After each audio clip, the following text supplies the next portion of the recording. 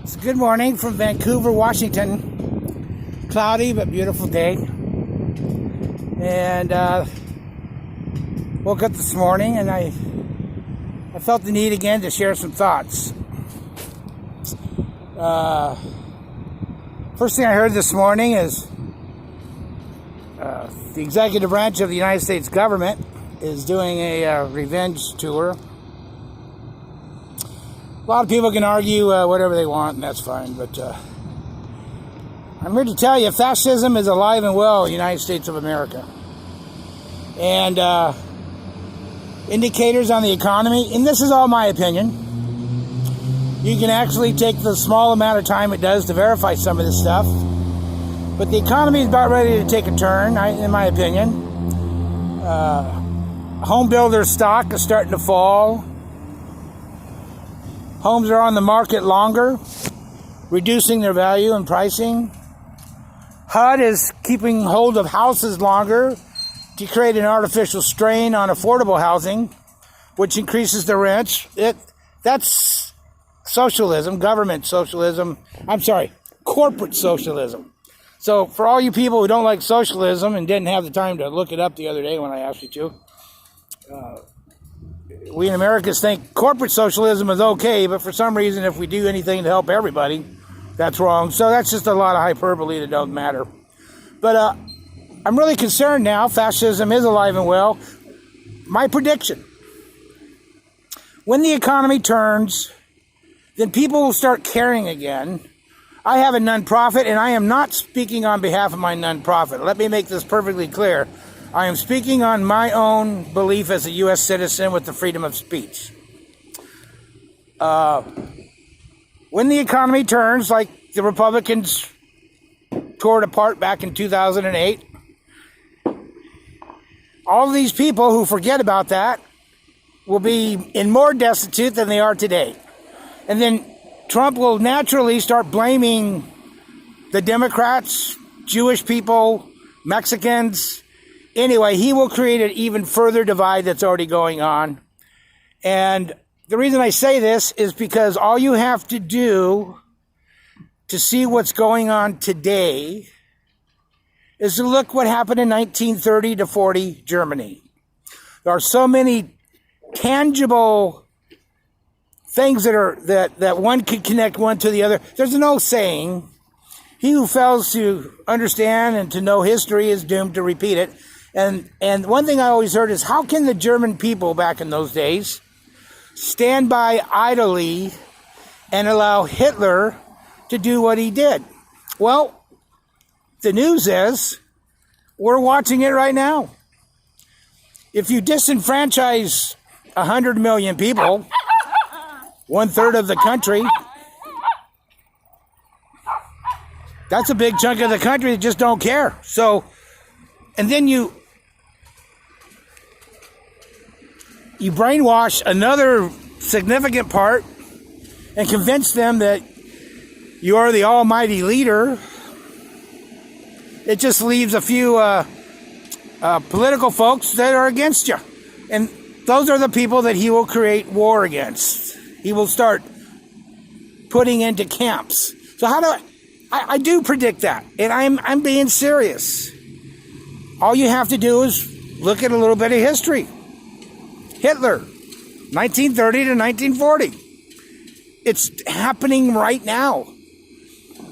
Trump is riding on the momentum of an economy that started back in 2009. Did that economy reach the pinnacle? Of course not. He inherited an economy that was still going forward. He put a tax cut that benefited 87% of that tax cut benefited 1%. And he was proclaiming, this is going to make our GDP go up to 5-6%. Well, last year it came out to 2.3, which is below the Obama GDP. The other day after the State of the Union, I had made the statement that he lied or at least at a minimum exaggerated many of the things he said, because he knows his followers will not check him on this. So if we are doomed to repeat history, and we question, why did the Germans back in 1930 to 1940 do nothing to stop Hitler? It's happening now. So what can you do to protect yourself? Well, you got to pick the candidate that has the most grassroots. It's Bernie. There will be no changes made until the people suffer. Bernie has organized those people. The other folks, other than Warren, but Warren is kind of caught between, I don't know what she's doing. All the other ones want to do status quo. Corporate, they're all involved with all this corporate money, and they don't want to change it. Our corporations are corrupt. Our government is corrupt, and our media is complicit. So what can you do? Well, as I helped you the other day, use your phone, start teaching yourself, start learning, stay off the phones, stop buying products that sponsor those organizations that you're against. Boycott, number one. Boycott. It's a huge term. Do it. If you're a community leader, organize. Stop supporting bullshit. Secondly, update your passports. I forget what the cost is. I updated mine. It took about 30 days. You get a passport book and a passport card. Passport card for somewhere between $150. $100 and $150. I forget, but it's somewhere in that neighborhood. There's going to be a time real soon that you're going to want to exit out of this country because it's becoming violent already. It's becoming violent already, and it ain't getting any better. If we don't take over in 2020, then it's all over. It's all over. Does this sound like gloom and doom? Yeah, I believe it is. You can believe me or not believe me, and I hope I'm wrong.